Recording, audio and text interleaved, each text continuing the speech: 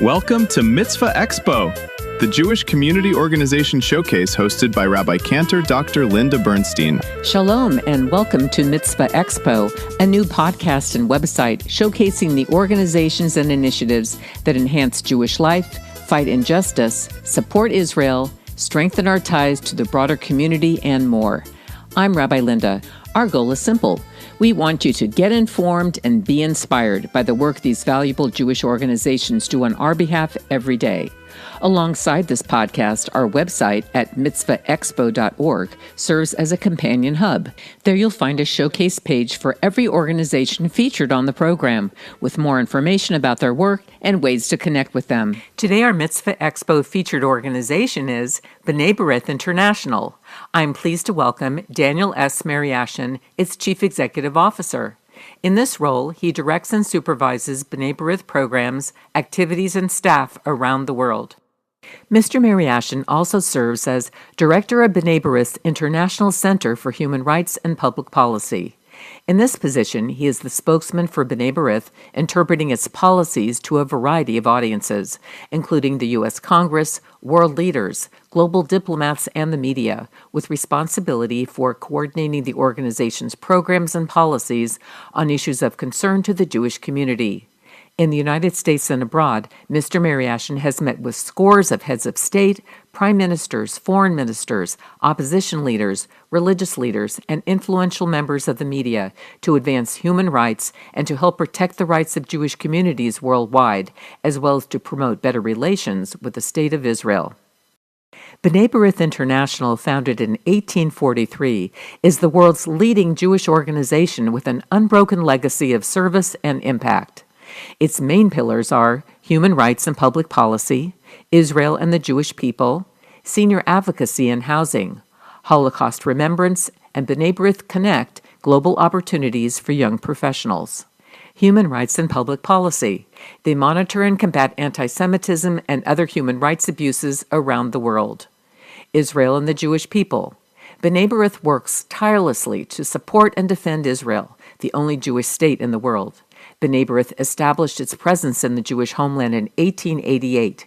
Since that time, they've been deeply involved in helping many aspects of society. Senior advocacy and housing. B'nai B'rith has a leading role in providing senior housing and advocating for the issues that impact older adults.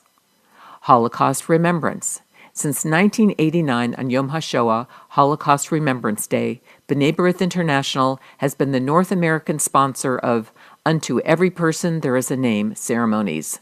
Participants recite the names of Holocaust victims and where and when they were born and died. B'nai B'rith Connect, global opportunities for young professionals. B'nai B'rith Connect is designed for young adult leaders seeking depth and purpose in their engagement, and for those who value learning, belonging, and a meaningful role in shaping Jewish communal life.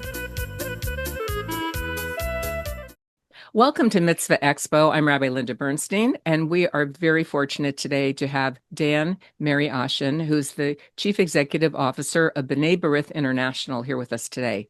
Dan, thank you so much for joining me. Thank you. Thank you very much for having me. Well, it's great to have you as one of our early shows because B'nai B'rith, as I have been researching it, is really a multifaceted, expansive organization that has been around literally since the 1800s, which is amazing. And how long have you been the CEO of B'nai B'rith International? I've been the CEO for 28 years. Wow. I've been at B'nai B'rith for 38. And came to the organization in 1988. That's an amazing run, and I understand you're getting close to retirement. Close, as we're speaking right now, about 2 months away. Yeah, exactly. That's very exciting for you. I hope you've got something wonderful planned for yourself. Well, once you've been in this field, and actually, I began my career in 1973 out of graduate school. So I've been in the field for over 50 years. So that's pretty much all I've done is to work in the community and to work with and for the Jewish peoples. And I'll probably continue to do it, but maybe in some other ways. No doubt, no doubt. Well, wish you good health into your retirement. Thank you. Thank you again for coming today. So B'nai B'rith, as I mentioned, has a long and storied history. And so how would you describe its core mission today in a rapidly changing world? It seems like every day there's something else that's going on in the Jewish world and in the world as a whole. So just wanted to get your perspective on that. Well, interestingly, the organization was founded in New York City. It was founded by 11 German Jewish immigrants. And the purpose of getting together when they met was to help an indigent widow who had fallen on hard times. And they were going to raise some money. And the story goes that they raised about $27 for this person.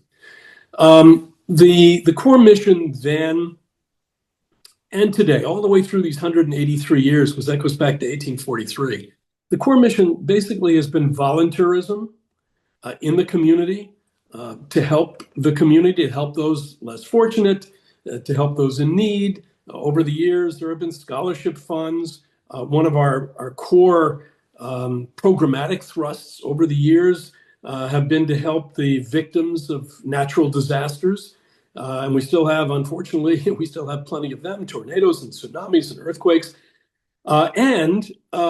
In serving the community, as the organization towards the end of the 19th century started to become a global organization, we started to do all of these things on a global, worldwide basis. So in that sense, there is kind of a common denominator thread that has gone through all of these years that B'nai B'rith has been in existence. So it's kind of wherever the need is, in a way, you are there. But then you also have your kind of core areas that historically you've been involved with. So what do you think are the most urgent challenges facing the Jewish community globally, and how are you positioned to address those?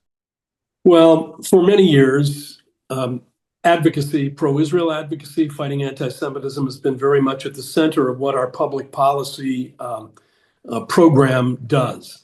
And I would cite, for example, the fact that B'nai B'rith was very involved in 1945 on the Jewish side of things in the creation of the United Nations. And at that time, this was the time of the Holocaust, and we were hoping there would be a better world created afterwards, and the UN could do that. Well, the UN has ultimately turned in to an organization whose agencies are very much discriminatory against Israel, biased, in some cases, in many cases, anti-Semitic.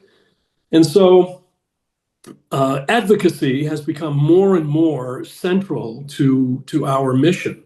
And I cite the UN because it's very important to B'nai B'rith. We established an office on UN affairs in 1960, but even before that, we were accredited at the UN already in 1947.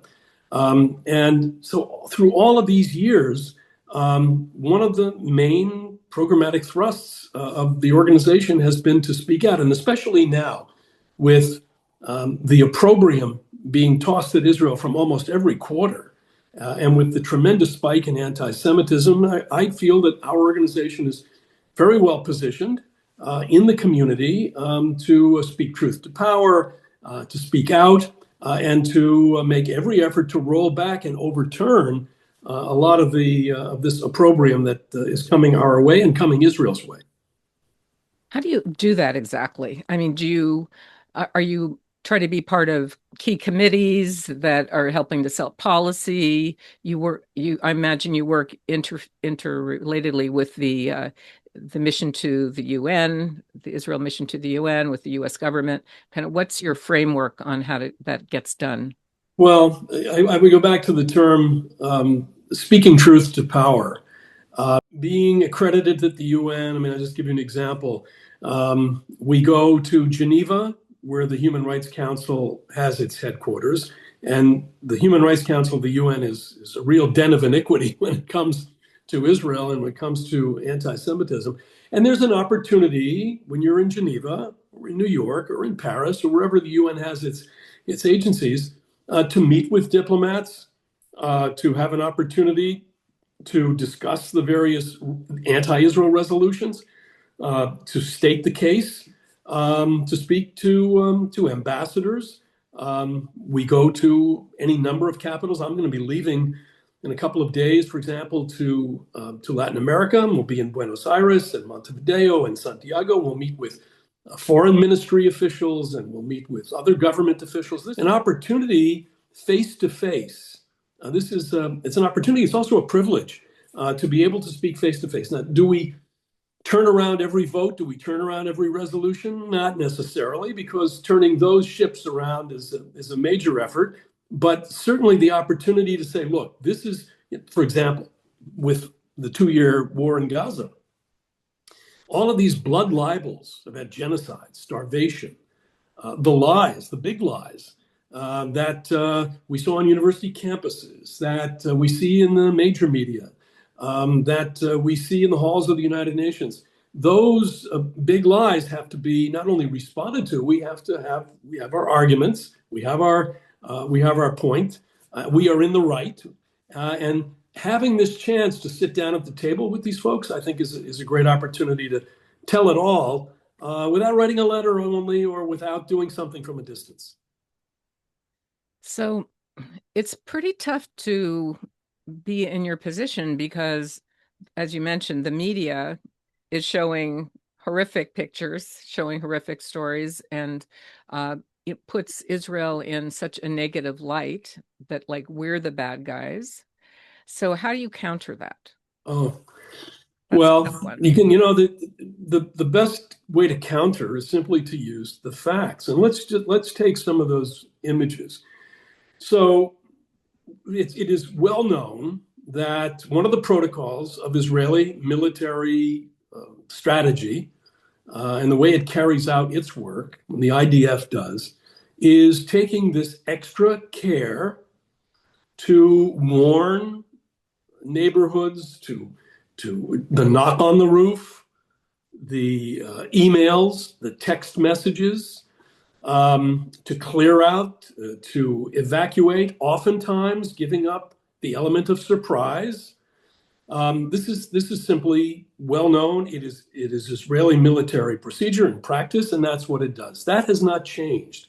Very few armies, and probably extremely few armies, would take those extreme acts to make sure the civilian casualties are not harmed. When you're fighting an asymmetrical enemy like Hamas, an asymmetrical enemy, A, that wants to destroy you, and B, doesn't really care about any kind of collateral damage. I'm not only talking about buildings, I'm talking about to people. They don't really care. In fact, I would say that part of their strategy and their worldview is that if people are killed, that works to their advantage. And of course, they've done that by citing these figures, this Gaza Health Ministry citing these figures. Part of our problem is when we try to impart the facts, is this attitude of don't confuse me with the facts. They don't want to be confused with the facts. They're telling me that X number of people were killed. I want to believe that. They're telling me this about genocide. They're telling me this about starvation. And that's it. And being able to break down that don't confuse me with the facts, blinders on attitude, presents a very high wall for us to kind of overcome. But we do make sure that there's an opportunity for the facts to be known, and we continue to hammer away at that. Let's move on to something a little bit different. And that is, it's kind of related, of course, but it's the rising anti-Semitism in this country and around the world.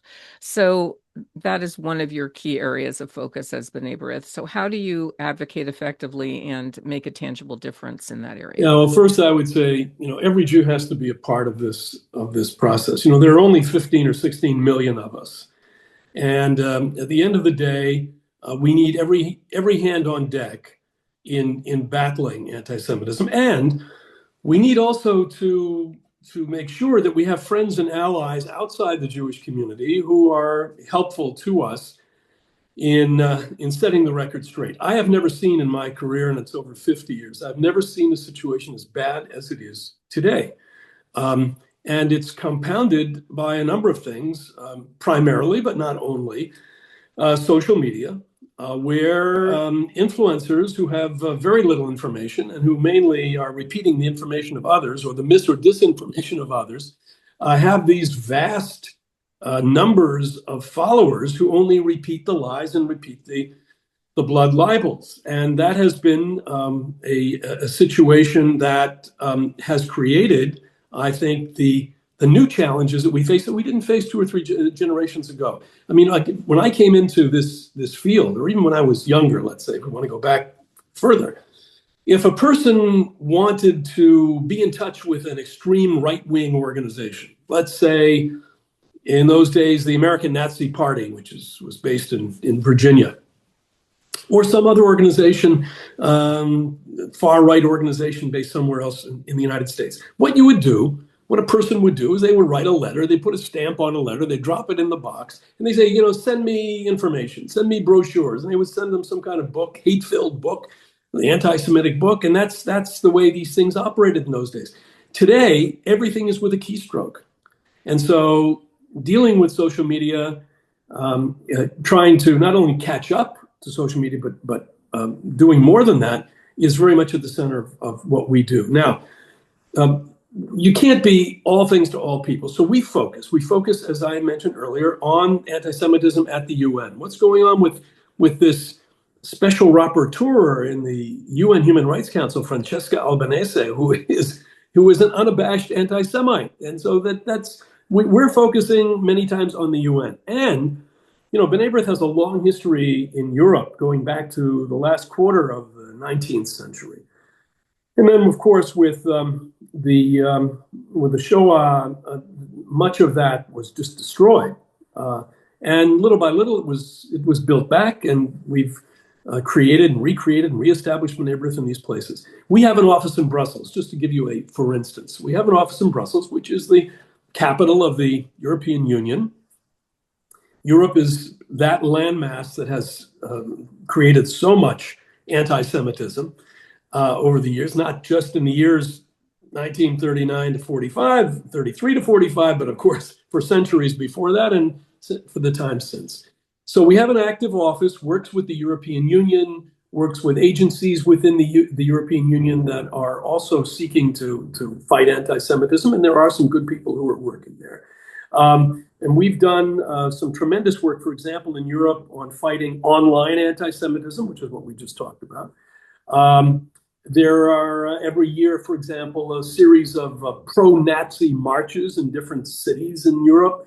And we've done some investigative work and have issued reports on that and what can be done to counter it. So our office in Europe is very much on the scene. So too in Latin America. And I said I was about to leave for Latin America. We have an office in Montevideo, Uruguay, which deals with all of Latin America. And we also have a colleague who works in Argentina. So we try to cover everywhere. There's B'nai B'rith in Canada, there's B'nai B'rith in Australia, New Zealand, and of course in Australia, what can you say? I mean, there's a place that we never expected to see what we've seen, and now it's turned out to be quite a challenge for us. So those are some of the things that we're doing. And in the U.S., on college campuses, you're working as well? Yes, we are on college campuses. We've worked closely over the years with the Alpha Epsilon Pi fraternity. We have, and I hope we'll be able to talk about it, we also have a young leadership component to our organization, and we do some work through them. And we're hopeful also in the future to reestablish kind of working relationship on advocacy, pro-Israel advocacy with Hillel, which was an organization that B'nai B'rith founded back in the 1920s. So that's what we're doing here. But as someone said, it takes a village. I mean, everyone has to roll up their sleeves here and be part of the solution. Speaking of village, one of your areas of focus has been to focus on senior housing. And tell us a little bit about that. Is that in the United States or is that in Israel? We have in Haifa, there is senior housing in the United States. And this is a program that began in 1970. And it started as a a partnership, and still is, as a partnership with the Department of Housing and Urban Development. And there was legislation to create a program to develop affordable housing for seniors. And since we are doing this in partnership with the federal government, this has been on a non-sectarian basis. To date, we have 38 properties around the United States with about 5,000 apartments for seniors, affordable housing for seniors. We work very closely with the management of these facilities. We work also with the residents. We have periodic meetings. It gives not only Jewish seniors, but also non-Jewish seniors, it gives them an opportunity to live out their golden years, as we say, in dignity. And that goes back to the biblical injunction of the fifth commandment is honor thy father and thy mother. And there could be nothing, I think, more, as we've talked about thousands of years, you talk about what is the core mission of the Jewish people. There it is right there. And it's something that we're very proud of, this veneration for seniors. I would just say one thing about Jewish seniors. There are in this country, nobody knows exactly, but let's say between 5 and 6 million Jews. So Jews have lived longer, let's say, than many groups. We have fewer children. So we have a wide band of seniors. And so that has been a special interest of ours to connect with this wide band. And by the way, it's not only on housing. Some years ago, we decided to expand this program to make it senior advocacy. And there are all kinds of things that affect seniors: transportation, security issues. Today, for example, scamming of seniors is rife wherever you look. And so there are all kinds of prescription drugs, knowing how to navigate the Medicare system. All of these things are of interest to us in terms of senior advocacy. So we meet on the Hill. For example, we invite members of Congress who have our facilities in their district to come and visit, spend an afternoon, have lunch with the residents. And it's really worked out very well. We're very proud of it. Great, because approaching that age where one would need that kind of additional help, I am very sensitive to some of those issues. And so, there are all kinds of different places that seniors can live. But so what you're kind of working on is those who can't afford to stay in their home anymore, or they may have to go to some other place. And some of those places are incredibly expensive that are out there. So I guess this provides another avenue for them. It does. Well, our facilities are mainly ambulatory for the ambulatory aged. Uh-huh. When you need to go into a situation, a rehab situation, or extra care, you're right. Facilities are there, and they are very expensive. But ours is mainly for those who are ambulatory and who often live on their own. Many have families, of course, they visit, and there's a bus in some of these places that takes them shopping, and all of the things that we know happen. But again, it goes back to bringing dignity to people in their old age. And again, nothing could be more important to thank our parents, whether we're related to them or not, our grandparents, than to be helpful. They helped us. Right. Now we have to return the favor. Absolutely. So looking at the other end of the age spectrum, I think one of my first awareness of B'nai B'rith was the BBG and the AZA, those were for teenagers. And so do those still exist? And they do. Okay, they do. And very successfully so. So, there are some who say that B'nai B'rith was the great incubator of American Jewish communal life. And so we did give birth to BBYO, to Hillel, to the Anti-Defamation League going back to 1913. So they are still very much not only around, but prospering. They're no longer part of the B'nai B'rith family directly, because these are basically children that, in order, for example, to fund these organizations, they are of an age, if we can put it in those kinds of terms, to be out on their own and doing what they do. But we're very proud of the fact that the leadership of B'nai B'rith, when these organizations were founded, understood the need that in our community, our community is made up of parts, and it's made up of young people, and it's made up of adults who are working, and then the seniors. I mean, our community is a lot of different things, and they recognized that and created programs for all of these folks. So yes, very proud of the fact that we had a hand in helping to create that kind of completeness to our community. And you have youth leadership programs as well that you're going to talk about? Yeah, so the term over the years is young leadership, young adults, young professionals, depending on the organization that you're in. We have a very good program. We have something called B'nai B'rith Connect, which is our young leadership program, and we involve them in a number of different activities. For example, we take some of them to Geneva with us when we do our advocacy work there or at the United Nations.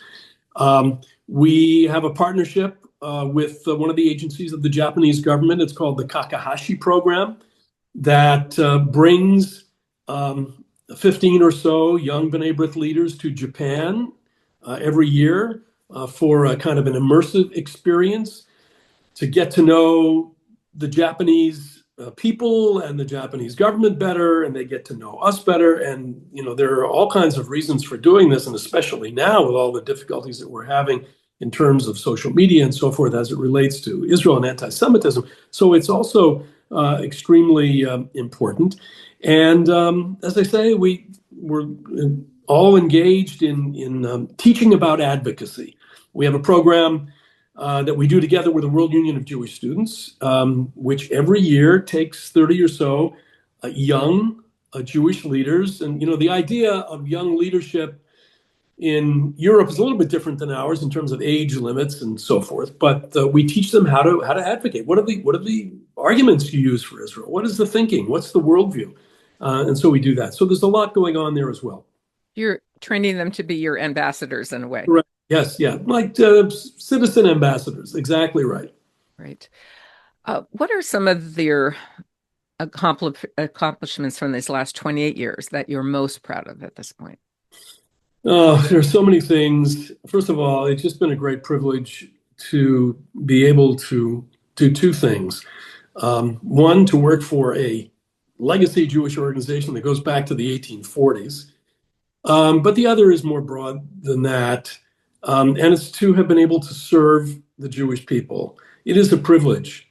And when one looks at the continuum of Jewish history, to be able to be a part of it, even for 38 years of thousands of years of history, it's a great privilege. I would say a couple of things. I mentioned B'nai B'rith in Europe. It was destroyed largely as a result of the Shoah.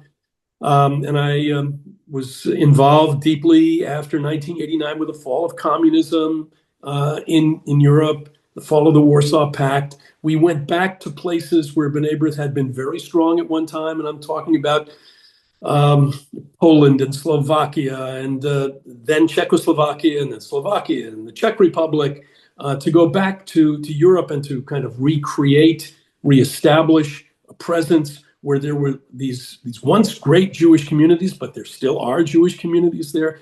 To be able to do that was something that I'm extremely proud of. I've also been deeply involved in World Jewish Restitution Organization. We're a founding member organization.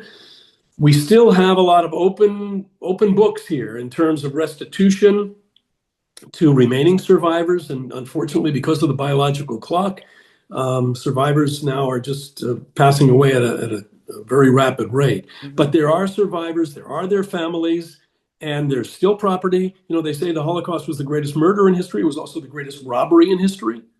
and to make sure that those properties that were taken that are now used by governments or being sold, and I mean all of the things that go into taking these the apartments and houses, businesses, offices, factories, I mean all of these things, and to be able to negotiate with governments, as I do and some of my colleagues do, to get compensation, to go back to families, to help Jewish communities in need in Europe. That's something also that I'm extremely proud of.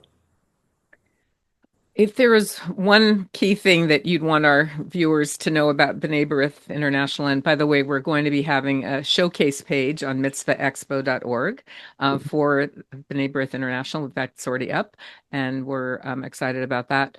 What would be kind of the one key point that you would want our viewers to take away from your experience and from just knowing about B'nai B'rith International? Well, I think, again, I'll go back to the core mission discussion that we had. We're very much community-based, as we were when we started in New York City, and as we have through the reestablishment of B'nai B'rith in Europe and Latin America and Canada, Australia, New Zealand, and so forth. Still very much rooted in communities.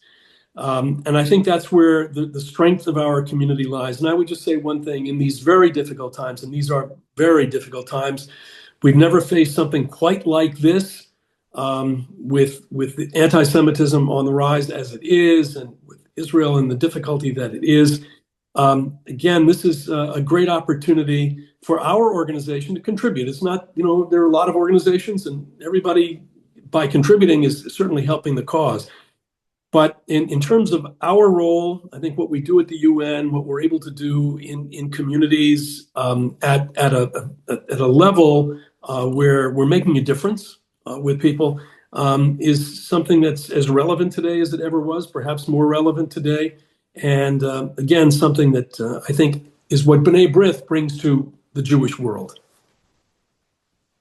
Do you have any recommendations on how someone who's listening might want to get more involved with B'nai B'rith International at some level, become a member? What is the way that someone could get more involved?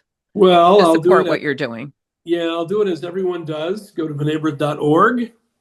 And we're all over the place. We are on Instagram and we're on social media. We're posting every day on a whole range of issues. If you want to see where we stand on most of these issues, we're out there almost every day. We have a YouTube channel. I do a podcast as well called Conversations with B'nai B'rith, which is also posted on YouTube. So a lot of different ways. Easy to reach us. Dan Mariaschin, thank you so much for joining me today, CEO of B'nai B'rith International. Really appreciate your coming here, and I wish you all the best going forward. You deserve a little bit of time off after 28 years and 38 years and 50 years devoted to the Jewish people, and we really appreciate what you've done. Thank you very much. Thanks again for asking me. My pleasure. Special thanks to Daniel S. Mariaschin, Chief Executive Officer of B'nai B'rith International, for joining me today and sharing the important work of B'nai B'rith with our Mitzvah Expo viewers and listeners. To learn more about the initiatives of B'nai B'rith International and about the other organizations featured on the program, visit our showcase pages on mitzvahexpo.org. While you're there, we invite you to join the Mitzvah Expo community so you can stay up to date on future programs, featured organizations, and events. We invite you to also share a mitzvah you've done in your own life or community. Your good deed may inspire others and help highlight the many ways people can make a difference. You can listen to Mitzvah Expo on Spotify, Apple Podcasts, iHeartRadio, and listen or watch on YouTube, and of course at mitzvahexpo.org. If you enjoyed the program, please follow or subscribe so more people can discover the inspiring work happening across the Jewish community. And we'd love to hear from you. Please write to me at rabbilindabernstein@gmail.com with your comments and suggestions for future featured Jewish organizations. Get informed, be inspired. For Mitzvah Expo, I'm Rabbi Linda Bernstein. You've been listening to Mitzvah Expo. Learn more at mitzvahexpo.org. Mitzvah Expo is a production of Vita Media Corporation.